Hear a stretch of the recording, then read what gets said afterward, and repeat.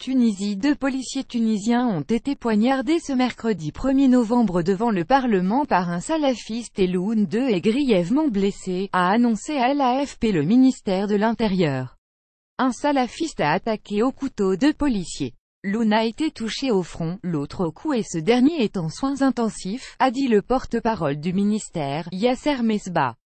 L'assaillant a été arrêté. Il a avoué, selon les informations préliminaires, avoir adopté la pensée takfiriste extrémiste, NDLR il y a 3 ans et considéré les membres des forces de l'ordre comme des tawaghit selon ses propres termes.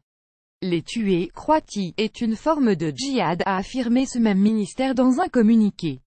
Tawaghit est le pluriel de taghut, terme signifiant tyran en arabe et utilisé par la mouvance extrémiste pour qualifier les policiers et militaires.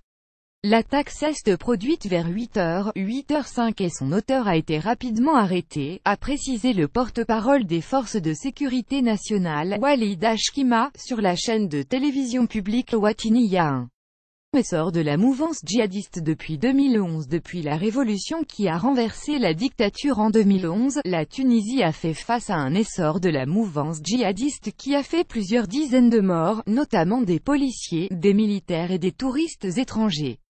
Les autorités affirment avoir fait des pas très importants dans la guerre contre le terrorisme, mais elles appellent toujours à la vigilance et des démantèlements de cellules djihadistes sont régulièrement annoncés.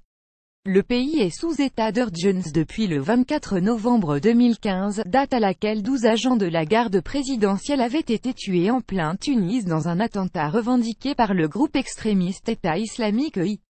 2 autres attaques majeures revendiquées par l'EI avaient eu lieu en mars et juin 2015, respectivement au musée du Bardo à Tunis ainsi que sur une plage et dans un hôtel de Sousse. 60 personnes, dont 59 touristes étrangers, avaient été tuées. Lire aussi pour suivre les dernières actualités en direct sur le HuffPost, cliquez ici tous les matins, recevez gratuitement la newsletter du HuffPost. Retrouvez-nous sur notre page Facebook Plus International Parlement tunisien terrorisme et Tunisie. Envoyez une correction.